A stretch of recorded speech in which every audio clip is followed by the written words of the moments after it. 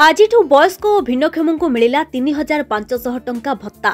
Madhubabu pension योजना और जातीय सुरक्षा कार्यक्रम अधीन भत्ता प्रदान करा जायछि। सेहीपरि गंजाम जिले में आज हिताधिकारी मानकु भत्ता प्रदान करा जायछि। जिलार 26,134 जन हिताधिकारी उपकृत होइछन्ति बोली जिला प्रशासन पक्षरु कहा जायछि।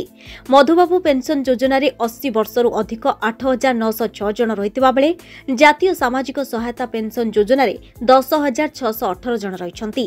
सेहीपरि मधुबाबू पेंशन योजना रे 80% रु अधिक भिन्नक्षम 3,909 जन जातीय सामाजिक सहायता पेंशन योजना रे 80% रु अधिक भिन्नक्षम 2,701 जन रहितबा विभाग पक्षरु कहा जायछि।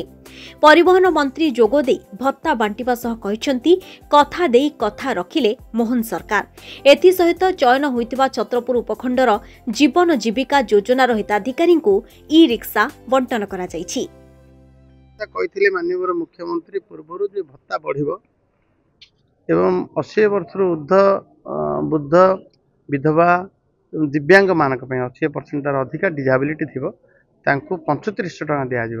आज शुभारंभ कले निजे माननीय मुख्यमंत्री से परिप्रेक्षी आम जिला 26,134 लोक से तार उपकृत होती हिताधिकारी आज वयस्क मैंने आसते देखी खुशी लगे। समस्ते आम सरकार को आम आशीर्वाद देते आशीर्वाद भिक्षा करूँ। आज दिन में वर्धित भत्ता गोटे थर एका थर के 2300 टंका बढ़ेबा ये गोटे जुगान्तकारी पदक्षेप जो कथा कही माननीय मुख्य से कथा कर देखे। आपण माने देखछंती 24 वर्ष ला बहुत कथा कहउतले आम सरकार जा कथा देइतले ताहा कथा रखछन। ए होची मोहन माझी को सरकार, ए होची जनसाधारण सरकार।